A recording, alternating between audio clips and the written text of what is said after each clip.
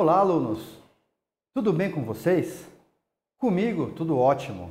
Eu sou o professor Milton e vocês todos sejam muito bem-vindos na nossa nova aula de Educação Física de número 18 para o 9º ano. E na aula de hoje, pessoal, nós vamos bater um papo diferente, uma conversa mais pessoal, né? Nós vamos falar sobre padrões estéticos de beleza. Qual é a influência desses padrões de beleza, no que as pessoas acham bonito na televisão, no jornal, na sociedade, na mídia, entre amigos? O que esse entendimento sobre o que é belo, o que é bonito, quem não é, o que isso influencia na nossa saúde, no nosso corpo, na nossa cabeça, na nossa alimentação, no nosso comportamento, né? E nós vamos entender a relação da cultura corporal de movimento, né, e o movimento das academias de ginástica em relação a esse assunto, a esse tema. O papel da educação física, o papel de nós educadores físicos, como professores, como educadores, né, é informar para o aluno e para a sociedade em geral as consequências de que tudo isso pode implicar. E como nós podemos agir perante a essa influência da sociedade, na forma como vemos e como nós enxergamos os outros. Gente, muita palavra, mas eu tenho certeza que alguns de vocês já entenderam sobre o que nós estamos falando, né? Ou seja, por que eu preciso ser alto, baixo, forte? Por que eu preciso pintar o cabelo de acordo com aquela moda? Por que eu me sinto mal se eu estou um pouquinho acima do peso ou se eu estou abaixo do peso?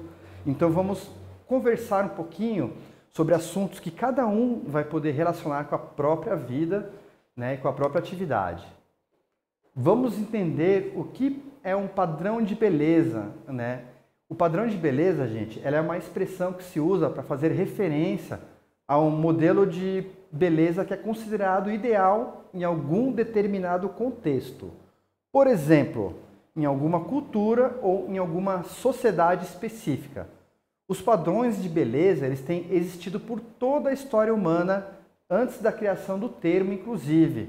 Nós vemos aí uma imagem, né, uma imagem de uma pintura clássica, tá? E nós vemos que quem sabe entender, quem percebe um pouquinho, sabe que hoje em dia o padrão de beleza da modernidade é a pessoa ser magra, sarada, bronzeado, com corpo esbelto.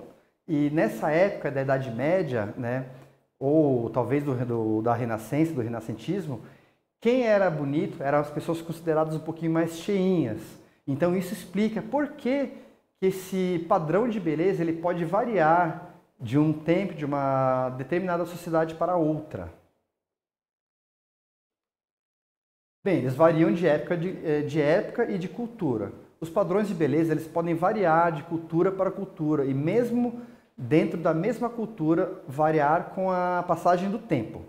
O que é considerado belo em uma época pode não ser considerado bonito em outra. Nós vemos aqui um anúncio, né, um comercial publicitário com alguns desenhos antigos, por exemplo, e nós vemos como as roupas são diferentes de uma época para outra, né? Quando eu falo de beleza, eu não estou me referindo apenas ao corpo, mas a qualquer coisa que esteja presente na nossa sociedade, como roupa, como quadro, uma obra de arte ou uma música. Mas no nosso caso, nós vamos focar um pouquinho no nosso corpo e no nosso comportamento, porque é isso que a educação física trabalha, né, gente? Europa renascentista. Como exemplo de padrão de beleza e de como os padrões podem variar com o tempo e com o espaço, né, com o local, nós podemos citar o fato de que na Europa renascentista valorizavam-se corpos mais cheios, né? Há pelo menos duas razões para isso. A associação desse tipo de corpo com a maternidade, né? E o fato de que era um tempo de escassez de alimentos. Então, pessoas mais cheinhas, mais gordinhas, davam evidência de que tinham acesso à alimentação abundante e, portanto, provavelmente, pertenciam a classes mais abastadas da sociedade.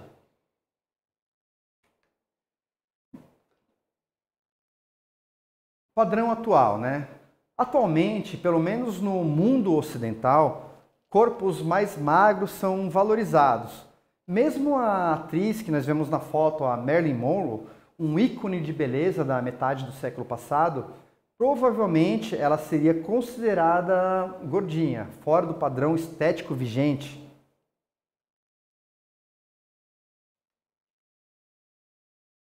Bem, gente, o padrão de beleza é a mídia. Os meios de comunicação em massa, né, eles têm grande influência na valorização de determinados padrões de beleza em comparação com outros. Um exemplo disso é a influência do cinema, a influência da televisão. Atualmente, as redes sociais também possuem grande poder de valorização de determinados tipos de beleza em detrimento de outros, né? Nós vemos aí nessa imagem um desfile, provavelmente da alta moda, da alta costura, onde as modelos realmente são muito magras. Esses padrões não são padrões normais, naturais, são poucas pessoas que têm essa composição corporal, só que, de alguma forma, a sociedade impõe que esse é um padrão ideal de beleza, ou seja, um padrão que não é necessariamente saudável, né? As críticas sobre esses padrões de beleza. Uma das críticas mais comuns sobre esses padrões que a gente encontra na sociedade se baseia no fato que a existência desses modelos incentiva a eleição de um ou alguns poucos tipos de aparência como ideais.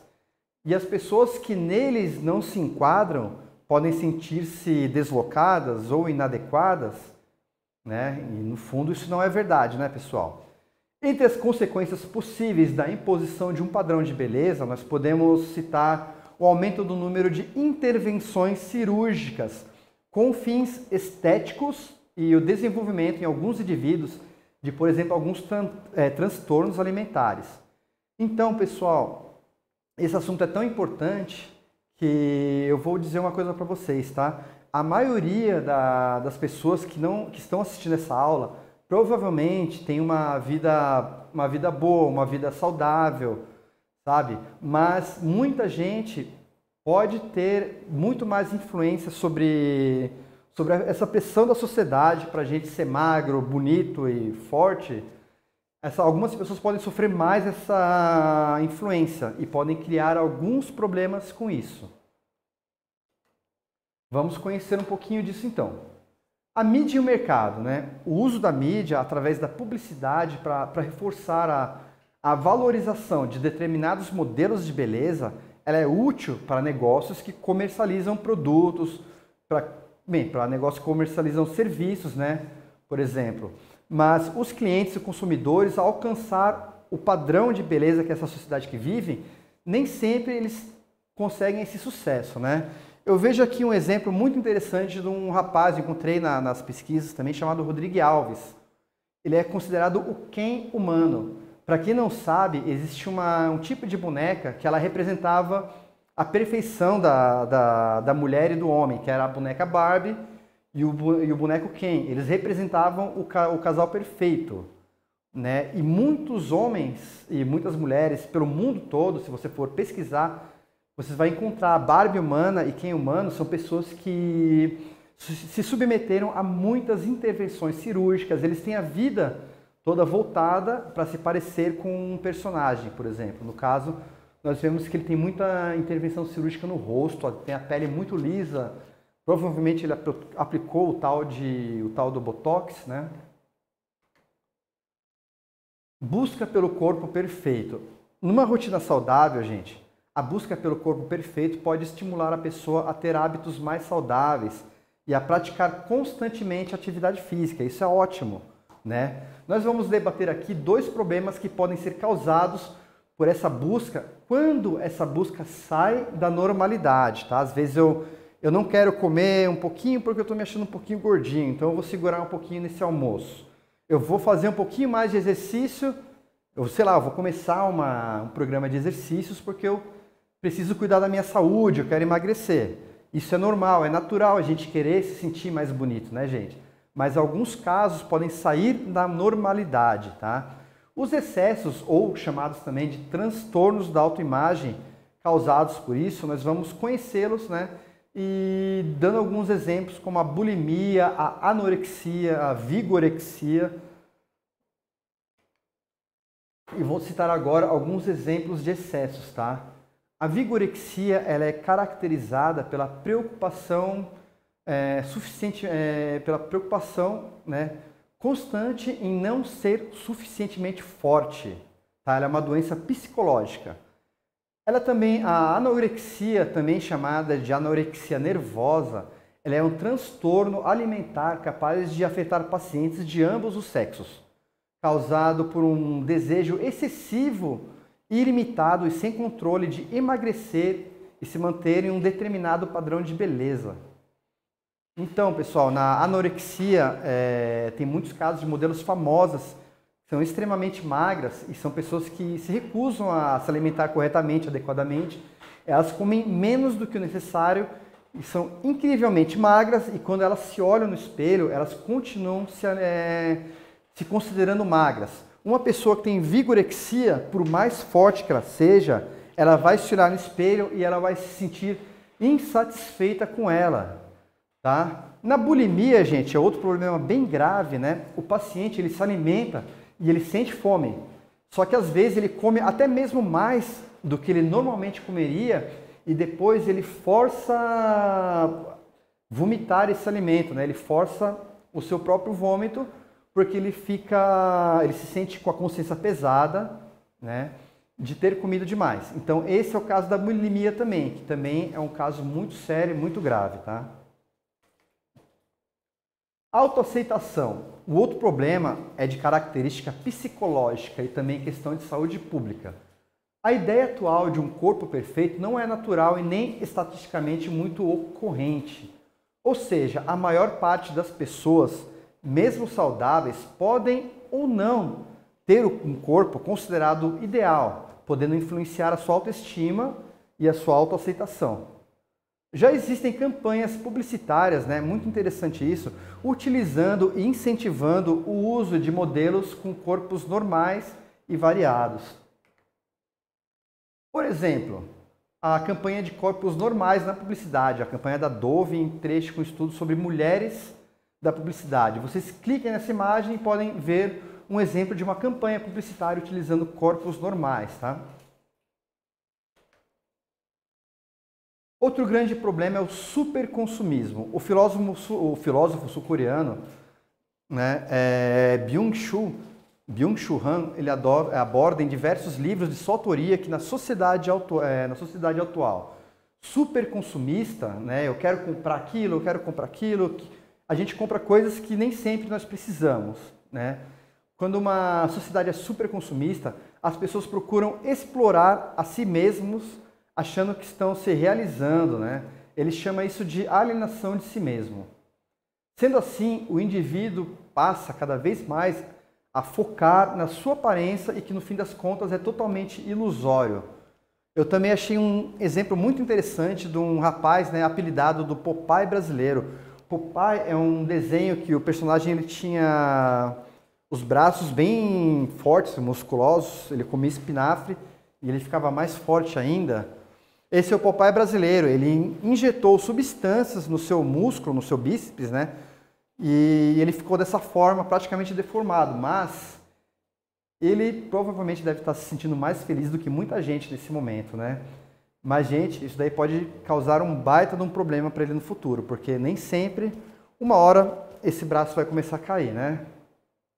Mas, seguindo a nossa aula, vamos falar agora sobre equilíbrio, tá bom, gente? Um equilíbrio físico e mental, uma alimentação regrada, principalmente com nutrientes benéficos para o corpo humano. Elas não só ajudam na estrutura corporal, mas elas também ajudam na qualidade de vida de um indivíduo, né? Se alimentar corretamente. Um equilíbrio mental, gente, consiste em saber distinguir até que certo ponto você está sendo moldado por uma cultura que apregoa um corpo inalcançável para a satisfação pessoal. Informação. A informação, através de meios confiáveis, né, evita o gasto de tempo e evita o gasto de dinheiro, com métodos de emagrecimento milagrosos e dietas que podem ser mais prejudiciais para a saúde do que benéficas. Os modismos, eles podem ser melhor filtrados quando nós dispomos de conhecimento para avaliá-los. Bem, gente, eu espero que tenham gostado da nossa aula de hoje. Para concluir a nossa aula sobre saúde, sobre padrões de beleza, respondam às questões propostas nas atividades e tenham vocês todos uma ótima semana de estudos.